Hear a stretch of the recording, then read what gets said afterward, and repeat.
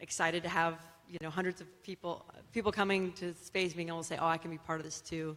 One of our big successes recently is we got Disney Junior has a show for little kids like mine that are running around crashing into your legs during their break, called Miles from Tomorrowland. And Miles from Tomorrowland, it's like the Jetsons for those of us who aren't 5. And they did an entire episode about Yuri's Night, where Miles gets to go to his first Yuri's Night, which is a lot of fun for us. We're bringing it to the next generation. And I'm also a founder astronaut at Virgin Galactic, which just means that I gave them a lot of money. But I'm super excited because I wanted to go to space since I was about 6 years old, and now I have actual ticket. So it's pretty cool too. That's awesome. My name's Emily Calandrelli. You might know me on Twitter or social media as the Space Gal. And I started off my career in engineering. I studied engineering for 8 years, and then I got a call from a production studio that was like, we are looking for a woman with a background in aerospace engineering to be the host of an outer space TV show. Would you like to be that person? And I said yes, and so that's what I'm doing today. I'm a correspondent on Bill Nye's new show, Bill Nye Saves the World, and we're filming season 2 right now. I've written for TechCrunch for a while. I have a new children's book series called Ada Lace, a nod to Ada Lovelace, about a little girl who's really great at science and technology and builds her own gadgets and gizmos to solve problems and mysteries. It was my way of trying to bring a female role model who's really great at STEM for little girls and boys, because there's just not that many children's books out there about science, technology, and adventure that feature little girls as the lead. So yeah, that's what I'm doing today. Excellent. All right, so we'll jump right in. We have a series of questions for the panelists, and then we're going to do a Q&A session at the end. So write your questions down as you think of them, and we'll let you guys participate as we get close to the end of the hour. So I'd like each of you to talk a little bit about the power, impact, and importance of science communication. Well, I'll go ahead and start. For me, as I always say that I'm an everyday person, and my audience is the everyday person, and my mission statement is to bring space down to everyday people. There's still a big divide between what you people in this room do and what the average person is able to consume, and the way they're able to understand, and their ability to get excited about what you do. And I'm the son of an engineer, so I grew up with my hands getting dirty, understanding a lot of those concepts, but I think I just kind of have tried to bridge that gap, because I understand, when I explain to my friends, SpaceX landed the first stage of their Falcon 9 booster, and they go, so what's so big deal? And I'm like, what do you mean what's so big about that? That's massive, and they're saving a 156-foot tall, $36 million piece of engineering. Isn't that great? No, what? I don't care. And so to get them excited, and to get people excited again, also like Blue Origin and what Virgin Galactic's doing, things that we can all actually witness and get excited about. I think that's why it's important. And then they start paying attention, and they start influencing other people. And again, space evangelist, it just kind of works that way. So I got into this story of how to make a spaceship, the story of the world's first private spaceship, as a journalist. And I met a fellow named Peter Diamandis, and I learned of his story. I wasn't so much captivated necessarily by that moment in history that was achieved, and really lays the groundwork for where the commercial space industry is today. It showed what is possible, that the impossible is not a reality. But I was really drawn to the story because of something very universal, and that is a boy who found his passion in childhood, and that happened to be lit by the landing of Apollo 11 in July 1969, and a boy who pursued that dream against all odds, who took a page from history, from the story of Charles Lindbergh, who launched this incentive competition, used a crowdsourcing method to make it happen, and really pulled in the mavericks, the outliers, to do what only the world's largest governments had done before. So I was drawn into this because of the person, the dreams, the challenges, and the innovations and the unusual approaches. And I think all of those things are very universal, which is a very important message for all of you who are trying to convey your idea. And that is you have something that you love about space. You're doing something, you're making something, you're building something, but there are universal themes that we all can relate to and be inspired by. And I think that's a great way really to get the message out. The science of it, the innovation, but kind of these universal dreams, quests, obstacles, challenges that we all face. So that's how I got into the story, and that's what I love about the story. And I think it's a great way to convey a message to not only the true believers, but also those who are outside the space realm. So I had the privilege of getting to work with a lot of younger people and students, and like the interns coming into Virgin Galactic or some of the students at International Space University. And of course, I love to ask them, how did you get into space? Where did it start? Where did you get that spark from? And what's just been so heartwarming for me lately is, I'll get the student who says, I was at the X Prize launches in 2004, that I worked on when I was at X Prize. And they're like, I was 10 years old and I was on the flight line and I knew I wanted to go into aerospace. And, now they're in college and now they're interning at Galactic. And you're like, oh, it's working. And, and the same thing, I got to work on Aliens of the Deep, which is a 3D IMAX movie that we did with James Cameron back in 2005. And, I met some students who, when I asked them, they said, oh, we were on a field trip. And we went to go to the museum and we went to see Aliens of the Deep. And I decided that I wanted to do that. And, for me, that's what makes it all worthwhile, that we're telling these stories, that we're putting that out there. Because I really believe that if we are, following our dreams, we'll give other people the courage to follow theirs. So we can't talk about the importance of science communication without talking politics, right? I mean, we live in a bubble, and all of us believe in science, and so when we have conversations with each other, they're not super controversial. We're not trying to convince each other that climate change exists. The last time I checked, which was a couple years ago, BT, before Trump, the percentage of people in Congress, in the House and the Senate, that had a background in science was 7%.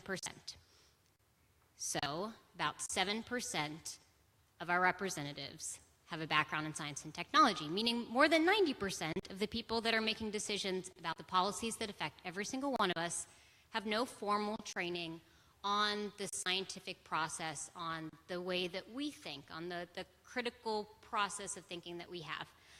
And so, if our representatives don't have this scientific way of thinking, then our citizens must. And so, to get back to space, one of the ways that we can get people interested in learning about science is through space, because space is something that every kid is excited about, every adult is intrigued by. And so we can use these stories as sort of a vestibule to bring science to the masses. And so for me, space is a really great way to get people excited about the topic of space, and then every once in a while, throw in some things about climate change and vaccines and some of these other things that are critically important, but maybe less exciting than space. So for me, that's the importance of science communication, and that's the importance of what all of us are doing here. Great.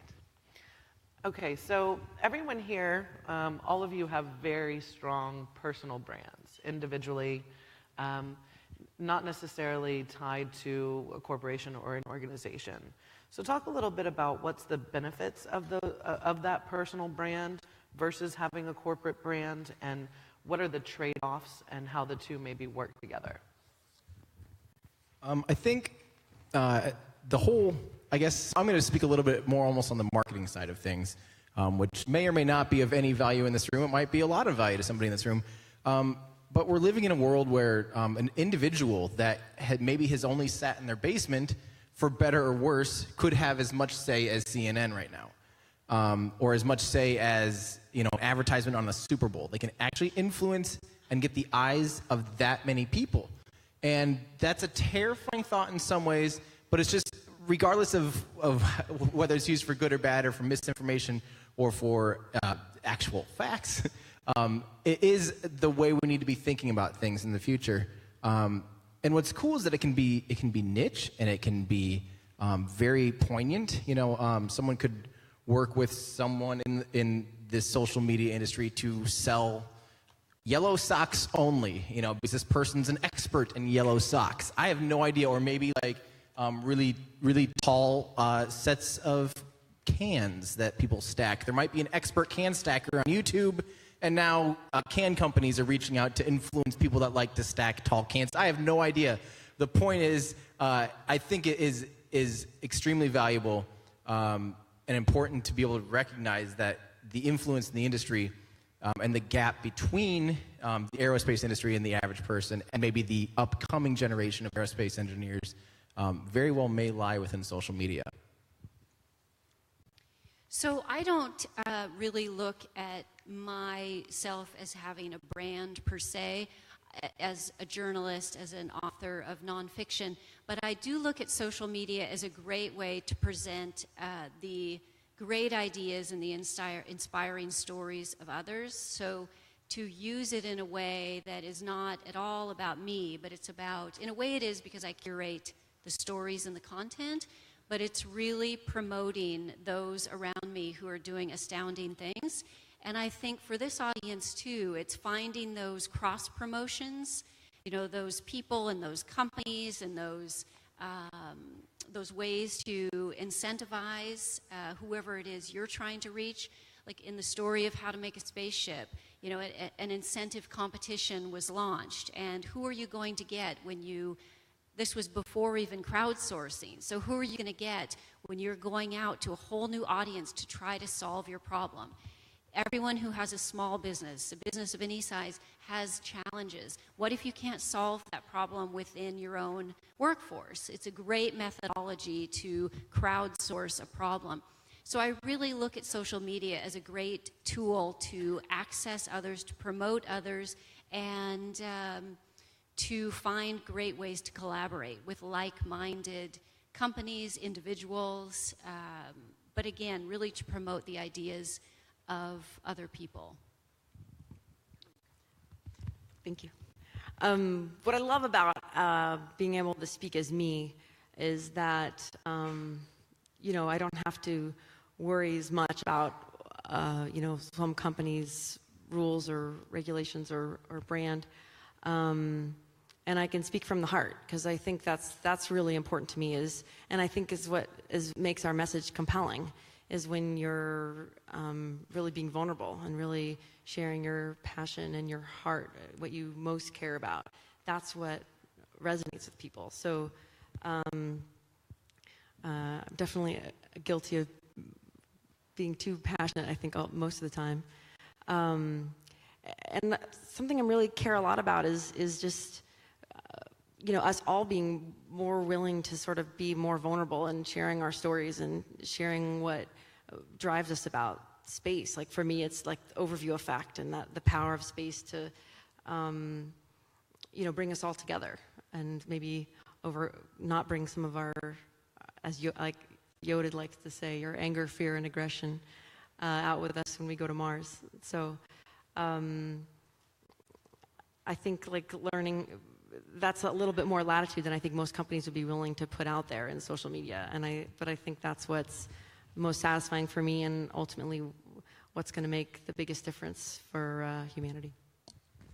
Yeah, I agree with that. That's my reasoning too. It's nice to be an individual because you don't have the same restrictions that a company has, because companies have to be a bit careful with the things that they tweet about, the messages that they put out there. I was speaking to an investor here earlier who was saying that he or she couldn't necessarily be as open about his opinions on the current political climate or certain scientific topics of the political climate on Twitter because of the companies that he or she invests in, right? And I don't have that restriction, which is nice. And also, it helps me connect with people better. People online connect with a human more so than they would connect with a company. So it allows me to get my message out there, and it also allows me to connect with people a little bit better. Just to add to that, exactly, and it's great as an individual, your opinions can change. You know, you can see something and get excited about it that maybe had been dormant for a minute, and you can get excited about a new technology or a new off spinner. Right now, you know, there's a lot of skepticism about like an EM drive or M drive, you know, and right now I remain skeptical until scientific validation, et cetera, et cetera. But the day they turn something like that on in space and it zips off to Venus in 4 seconds, you better believe I'm going to go up on top of a building screaming at the top of my lungs that this is the coolest thing ever. You know, so it's fun as an influencer and as someone that's just representing myself and my own opinion is as we have that freedom. Yeah, and then the downside of that is that the attacks to those opinions are very, very personal. So they're not attacking a company, they are attacking you as a human.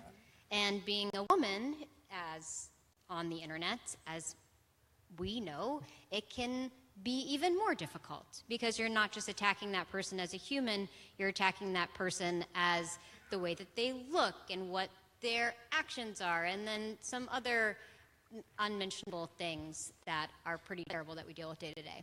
But trade-offs, right? Yeah. So let me ask you guys in the audience, how many of you are involved in a startup, a space-related startup? Okay. That's what I thought, a good chunk of you. Thank you very much for your hard work. We appreciate it. So I want to switch gears just a little bit from talking about the individual brands to the startups and how they can harness this ability to get the crowd excited, what benefits that might have for them, what influencers like yourselves can do to help the startup community, and really how effective communications and partnerships can help startups in this industry. The one thing that just jumped to mind for me when you're talking was like the personal touch. Like if you have, you know, a lot of times people want to seem really professional, and so on your website you'll say like, you know, careers at hello.com or, you know, like info at hello.com. And it's like, but make it, you know, like Sharisha at hello.com, you know, or like, you know, Abby at hello.com. You know, like these are the people that you're going to talk to. You're actually going to connect. There's a person out the other end of this. And I know that, you know, people change, so you might have to change the email address and maybe forward her old email address to you. But, you know, you can make that stuff work. IT can handle that. But putting that personal touch and those relationships and those connections in, it won't make you less professional. It'll make you, you know, more human. Definitely on a social media side of things, it's a little bit of a two-edged sword for a company, but being open and showing what you're doing and being persistent about posting and sharing what you're doing, sometimes it might seem like no one is paying attention. Sometimes you work really hard on a company video or a something that you work on and you put it up on Facebook and you realize they got 6 views and you're like, why did we bother with this? But you never know who that one of those 6 people might be. It might be the next propulsion engineer that designed something that just happened to catch a glimpse of this, you know? And so, yes, it's an investment in time, it's an investment in money, it's an investment in personnel to share and be open about what your company is doing. And some people in this room might not be able to share what their company's doing for many reasons. But no one will know about what you're doing unless you're open and putting it out there for people. And to that end, put it everywhere. Take it from someone that tried for 2-3 years to only have my brand on Instagram only. I've learned the valuable lesson that not everyone's on Instagram. There's other places like Twitter and Facebook and blah, blah, blah, YouTube. So please just cross-post all your stuff. Once you make the content, it takes 4 more seconds to also post that to somewhere else. That's cool. Speaking from, I worked at the San Francisco Chronicle for 20 years before leaving a couple of years ago. So I was pitched all the time, every imaginable story, and I was a news reporter for 10 years of that period. And So I would also offer advice on getting your stories out into the world, the story of your startup. So what is it, and how do you get that message across, and how do you get media interest, whether it's from a newspaper or radio, whether it's from an online site. And again, I go back to these universal themes. First of all, how innovative is your product? What is different about it? Knowing who you're pitching. So the different reporters at the paper or online, or Emily, now you have a great contact here. But knowing who they are, knowing what they cover, knowing what your message is, and having that message very clear. This is our product, this is why it's unique, this is why it would be a great story, this is why I think you in particular should be interested in it. And then again, why it's accessible to those beyond a core space group. I think it has to be something that can appeal to a broader audience, where you're speaking to the space dreamers, lovers, engineers, but you're also speaking to those who may be in another scientific field, or may not even be in that, but there's something that's universally there for them. There's a dream, there's a challenge, there's a goal, there's an obstacle.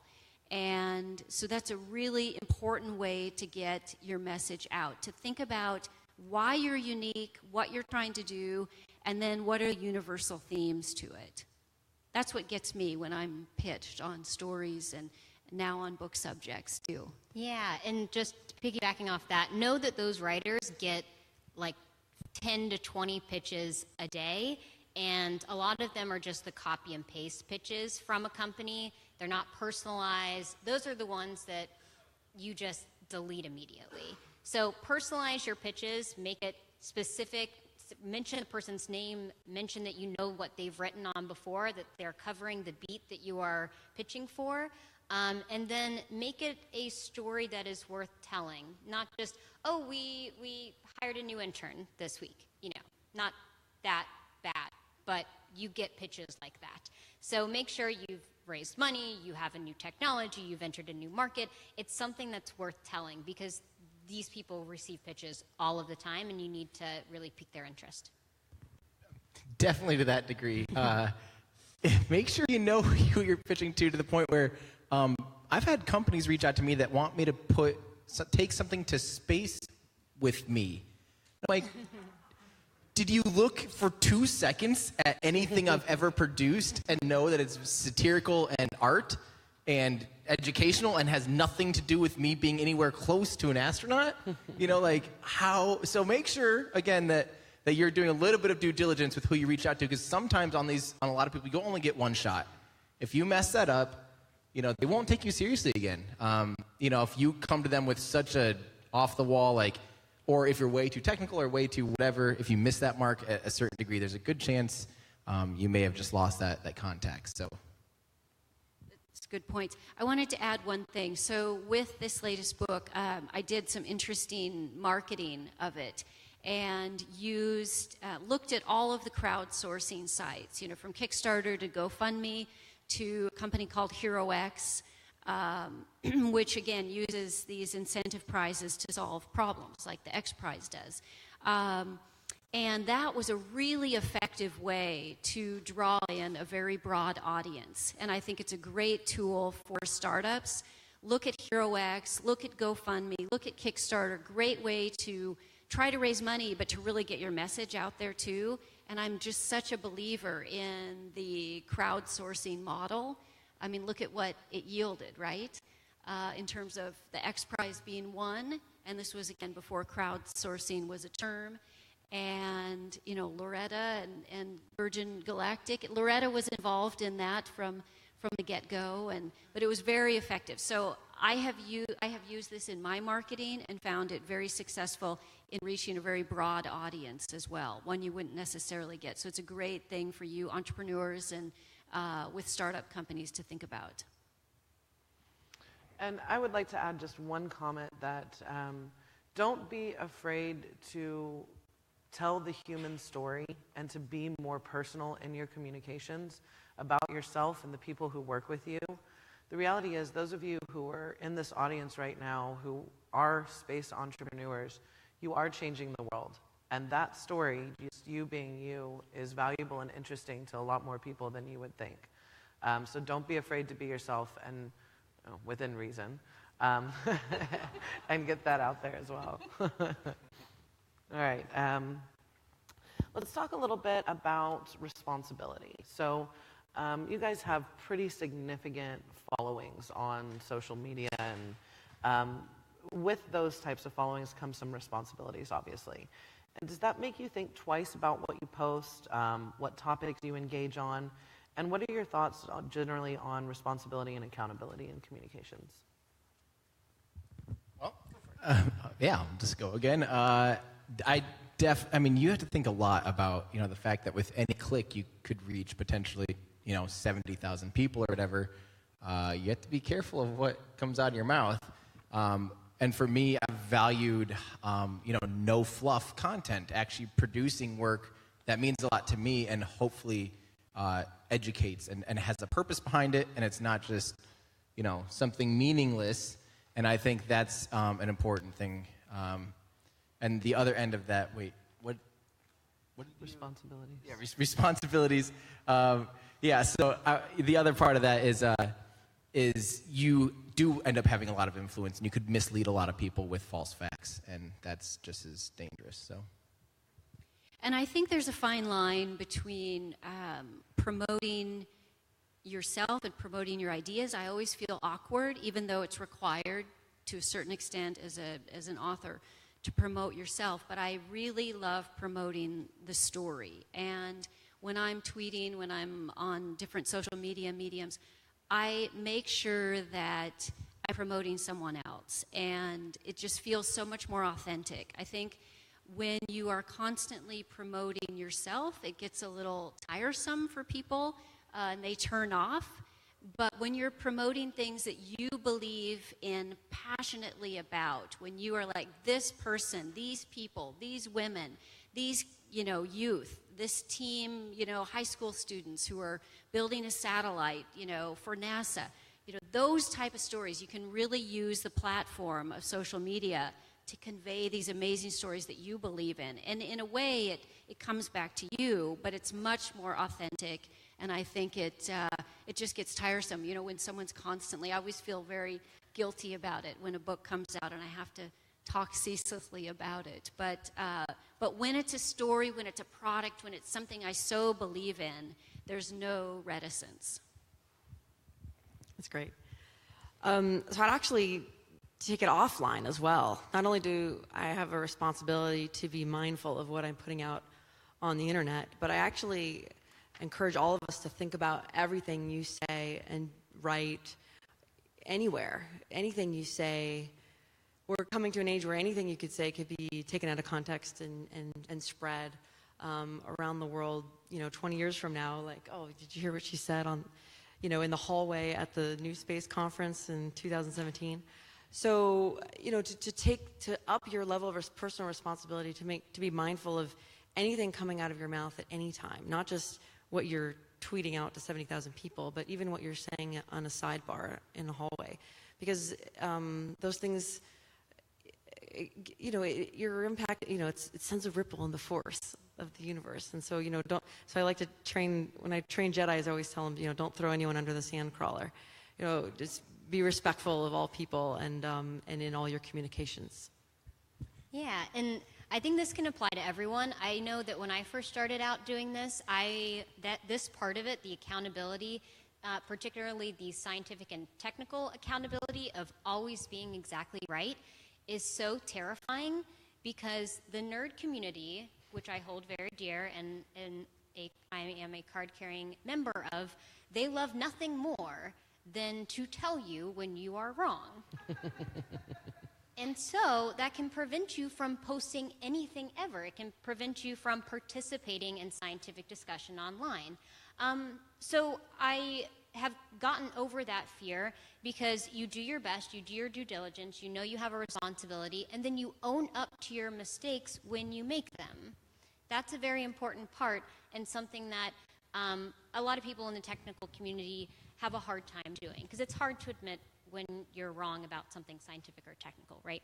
So I would encourage you to take that same approach and be active online, because it's a really fun community to be a part of. You learn a lot. You learn a lot from any mistakes that you may make, and you can learn a lot from each other. So yeah, you have that responsibility, but don't let that prevent you from, being active online. There's a really good point of you're going to have naysayers, and almost any comment, any video that I put on YouTube, there's going to be a conversation that happens, and you can easily disarm people by being friendly and correcting, maybe if it's a correcting, or apologizing if you're wrong. But it is important to re-engage with those people that might, naysay about what you're doing. And again, as a science communicator, someone that's trying to educate people about complex things like rocket science, you do have a very pedantic crowd that you're alongside.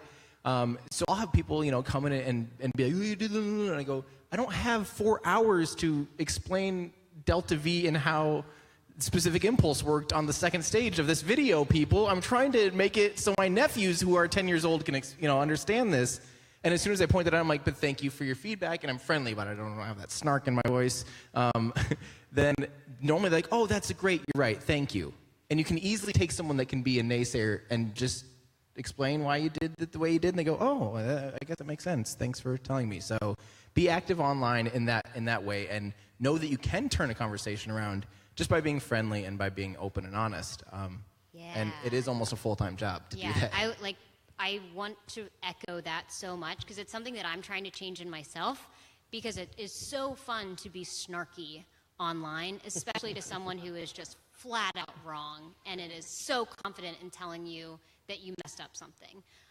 It's fun to be snarky, but that's not going to change anybody's minds. And I think part of our goal in what we're doing is to change people's minds, to make a change in the world and have people be interested in science. And to do that, to make sure that we're not just in an echo chamber preaching to the choir, we have to grab some people on the fringe.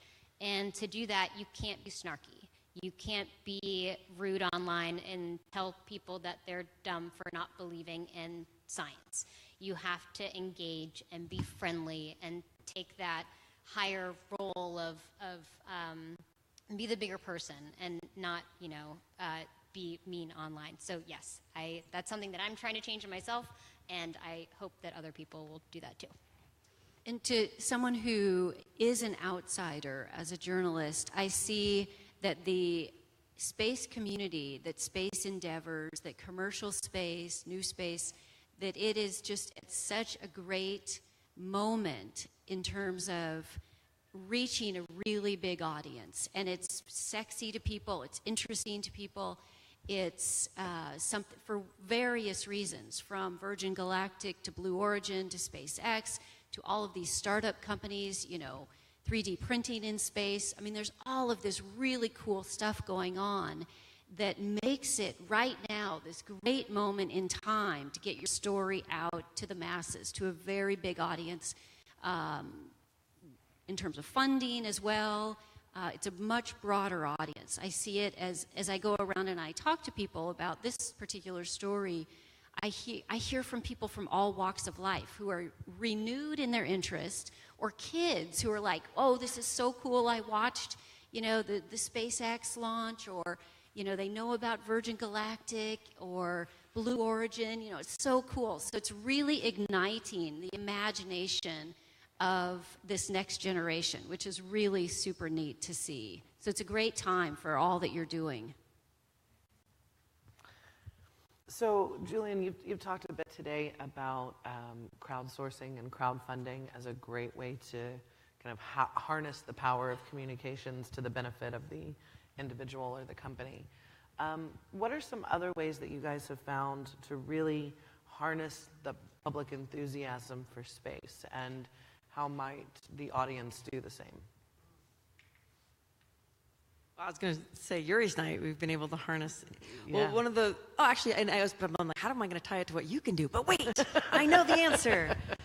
one of the secret sauces of Yuri's Night that I love is when I'm talking to people who want to start a Yuri's Night in their town, and this would work for any of your ventures or startups, is what Yuri's Night, what we do is we bring together the scientists and the engineers with the artists and the musicians. And so I tell people, like, go, connect with artists, graphic designers and musicians and artists in your and dancers in your community and get them involved in your initiative. So if you're doing a product launch or press conference or something like that, if you find people in your area, because I say that they grew up loving space just as much as we did. For me, it was they grew up watching Star Wars too. They just didn't take as many math classes in college. But that doesn't mean they don't want to participate and play and be a part of it too. So you're like doing them a favor by getting them a chance to participate in what they love. And then, they'll return the favor by making your stuff look really cool and engaging a new community and a different audience than you would otherwise be able to reach just on your own. So it's a powerful and fun win-win. And I would say, too, this is very, very commercial, but if there are, and this may draw some laughs, but I've seen it's very effective with marketing. If you can attach yourself to a celebrity who is a space dreamer, lover, wants to be a commercial astronaut, and they're out there, and, big celebrities, if you can get connected to someone really prominent, too, to help you pitch your message, it works wonders. And sometimes, whether they're musicians in all different fields, but you can come up with these improbable allies who can help your cause. Just some practical advice: don't use acronyms. Don't even make them up anymore, guys. Yeah. Really. Don't use jargon when you're posting about the cool stuff that your company is doing. Act as if you're describing it to a middle schooler, and then everybody will understand it. So just when you're, act as if you're not talking to the space community, that you're talking to a kid. I think the thing that I've tapped into is my own personal excitement. What has blown my mind? And for some of us, some of you guys that maybe do this day and night for a living might work on something so specific and hard to explain. But in the space world, we have a lot of really cool problem solutions that we can pull from that will absolutely blow people's minds. And some of them, for example, of how you can make people go, wait, what? Is the classic sound suppression system. When you explain to someone, hey, have you ever noticed that there's a water tower, on the pad of most launch pads?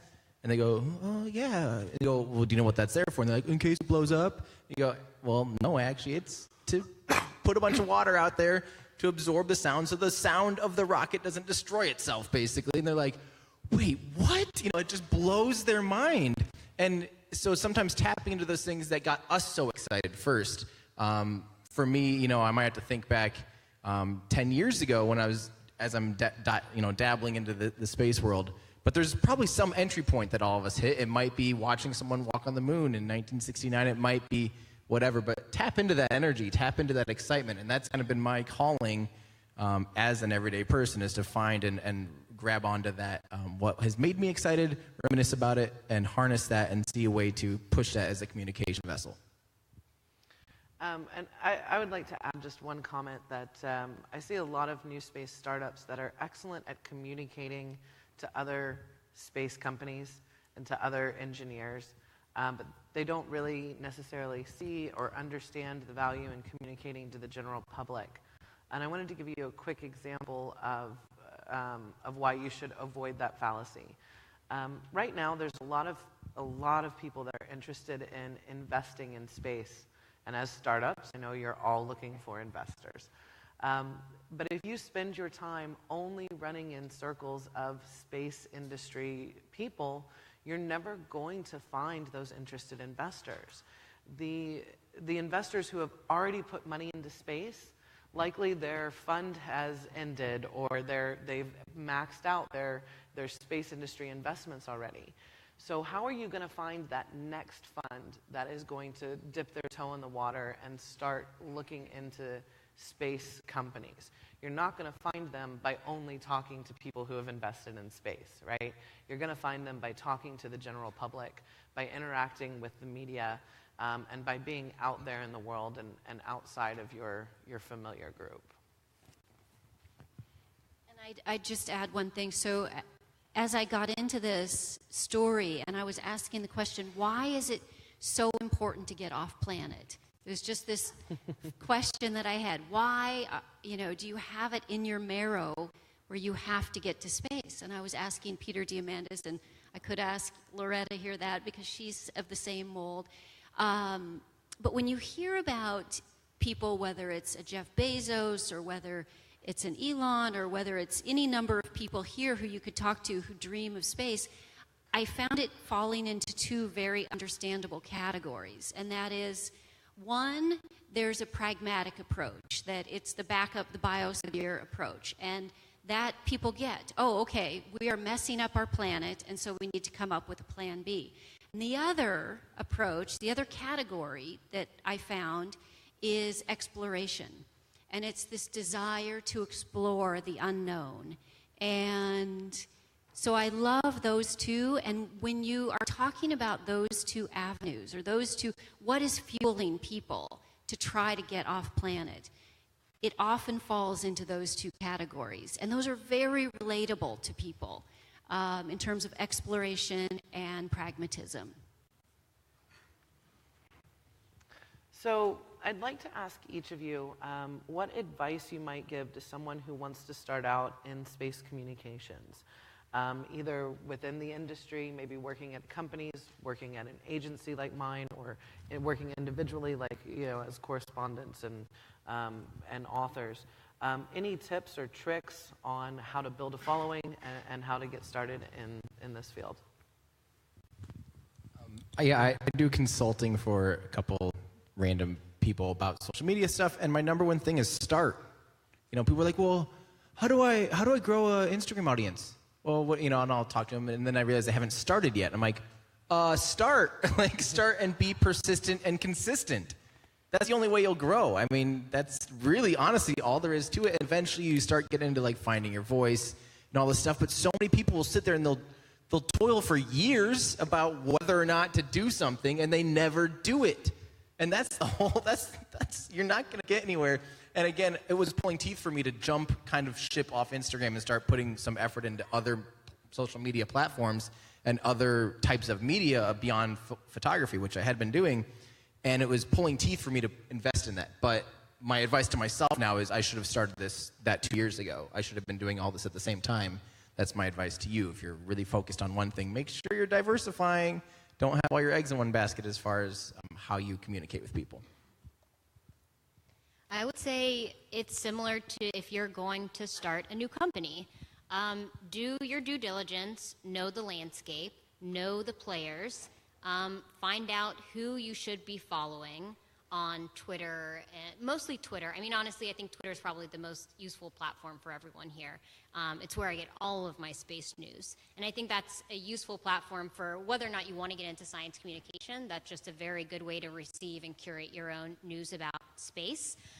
So know who to follow, see what content they're providing, and find a gap. See what people might be wanting, see what you might uniquely provide to that landscape, and then, like Tim said, you just start, just participate, and you'll find your flow. You won't get it as soon as you start out, but be consistent, participate, and then you'll figure it out along the way. But follow who's already doing all of this stuff, because there's a lot of people creating a lot of content, and they're really, really great, so you can learn from them. But that's useful whether or not you want to be a science communicator or not.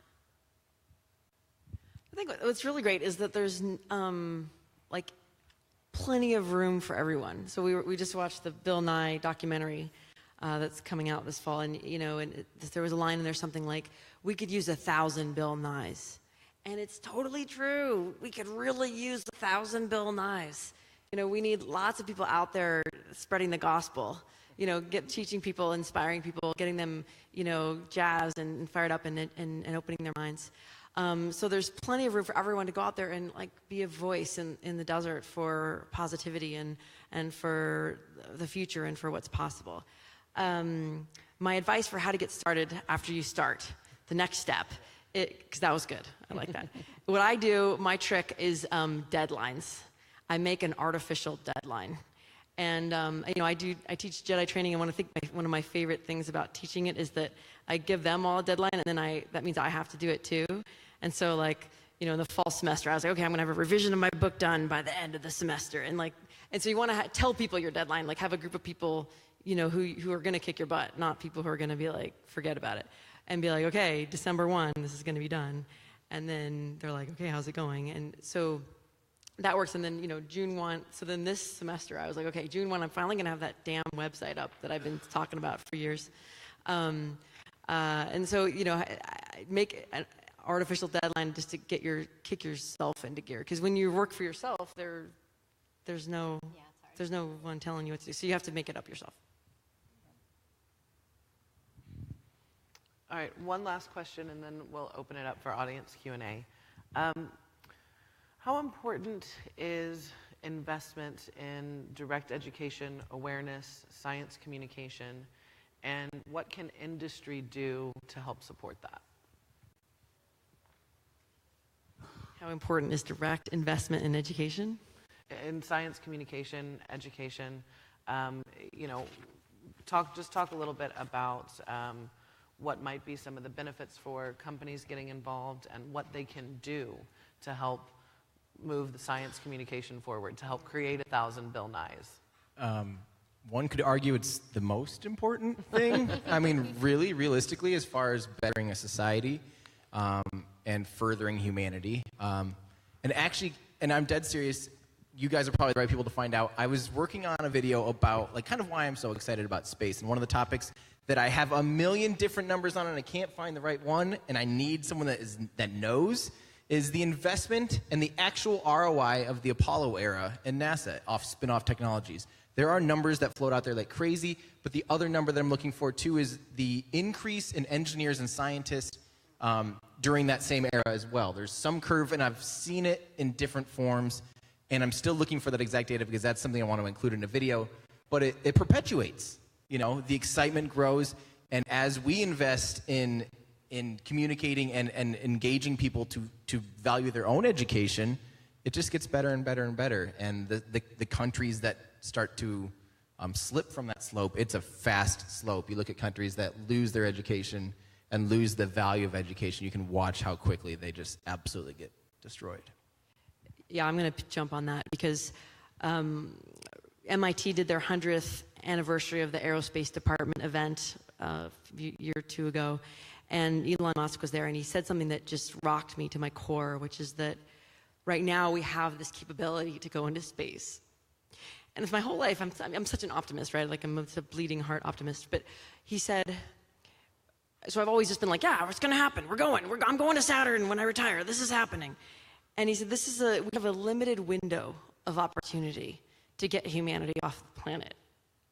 And he said, because we have access to this technology right now, but who knows what could happen. He's like, the civilizations in the past, like the Egyptians, figured out the technology to build pyramids, and that art was lost for centuries. And then he said the Romans had the technology to build aqueducts and to irrigate their fields. And then in the Dark Ages, that technology was lost, and we couldn't do it as a civilization anymore. He said, what if we screw this up and we lose this ability to go and to be a spacefaring civilization? It could be lost for another couple hundred years. And it really grabbed me, the urgency. This isn't just to give me this, progress doesn't just happen. We have to make it happen. So how do you create the future? As Peter says, you invent it. And so there's really, this investment that we have to make as a society or as companies in inspiring people to, I was going to say believe in science. You don't have to believe in science. It happens anyway. It's amazing. Inspiring people to understand and appreciate science is really an important part of what we're doing, not just because we want engineers to be able to hire them when they graduate, but because it's critical to the survival of our species and to us fulfilling on the future that we believe in. I would like to see companies be a little bit more brave online when it comes to matters that are about science. And it's, that's kind of an easy, piece of advice for me to give as someone who's not part of a company. But just to give an example, when I'm interviewed by certain media outlets, I have been caught, talking about science and climate change will come up, and they'll say, oh, no, sorry, this isn't a political piece. We don't want to make this a political piece. And I have to take a beat and be like, that is not a political topic, or at least the science of it shouldn't be. The policies to mitigate climate change are and should be, but the science of it shouldn't be. I was asked to join a organization that is relevant to space advocacy recently, and I was asked to be a member of the board, and I was on the phone with them, and one of the things that they said was, well, just so you know, we know that you're very opinionated online. We stay away from talking about climate change or Earth observation or anything to do with that. The Earth being round, it's we're not sure yet. Like flat Earth, like where do you draw the line? And so of course I was like, that does not make sense to me. That wouldn't be a good fit for me. So I want people to be a bit more brave online when it comes to scientific issues, because clearly we've failed, right? We have a president of our country that does not believe in climate change, and that is absolutely related to space exploration and space-based technologies. And so I think we all have a little bit of a responsibility to talk about these things, to be open about them, and to not steer away from them because we're nervous about the political climate. We have to stand up for these. We are the scientific community, and science needs us right now. So hopefully in the future we can all find voice on these matters. And I'd just add something that has been kind of a theme of what I've been saying, and that is to make, if you're talking about STEM education, if you're talking about getting involved and really advancing STEM education, science, technology, engineering, math, show role models, show how cool it is. Show, the breakthrough innovations. Talk about a guy named Burt Rutan in the Mojave Desert and what he could do. Talk about, an incentive challenge. Talk about all of these teams who tried to do what others said was impossible, and they used science, technology, engineering, math, and they were everyday people, kids, youth who found this passion in childhood and never let go of it. So take science, technology, engineering, and math, but then show them real-life role models. Show them how it is the coolest thing going on right now, that that space, as an example, is becoming so much more accessible. And they should be the superheroes of today. These real-life trailblazers who embody the cool science, the cool technology, the cool engineering, and the math, but they coupled it with these dreams, and they persisted through hardship, and they found really innovative ways to raise money. And so these are things that are all applicable to lives outside of the space audience, and applicable to the next generation, and inspiring to the next generation. And again, to make it understandable, where it's not something that is just lectured on, but it's like, oh, I get it, this guy, Richard Branson, this guy, this woman, Anusha Ansari, real life examples of extraordinary people are right before us, and they're great to hold up and to inspire the next generation. To exactly echo that again, I've been able to really see a lot of change recently. Things like Hidden Figures, where all of a sudden NASA as a brand has become cool. Pharrell Williams is wearing NASA gear all the time, repping, and for better or for worse, Coach now has an $850 like NASA jacket and NASA apparel line. I don't know how I feel about that, but we'll get it on clearance next year. That's great. Absolutely wonderful. That is a great line. Really, but really, the real point is that you don't know now who that will inspire. It might seem frivolous that, oh, Pharrell Williams is wearing a NASA shirt, neat. But it might take some 11-year-old kid that currently is brilliant and really wants to work for Snapchat to make face filters think like, well, what about NASA? Or what about the aerospace industry? We just don't know these consequences all the time. And it's sometimes about changing that one opinion, those two opinions, and opening their world to the wonderful world of space. Ansem, how long do we have? Oh, we're done. Oh. Y'all can come and ask us questions after. Thank you.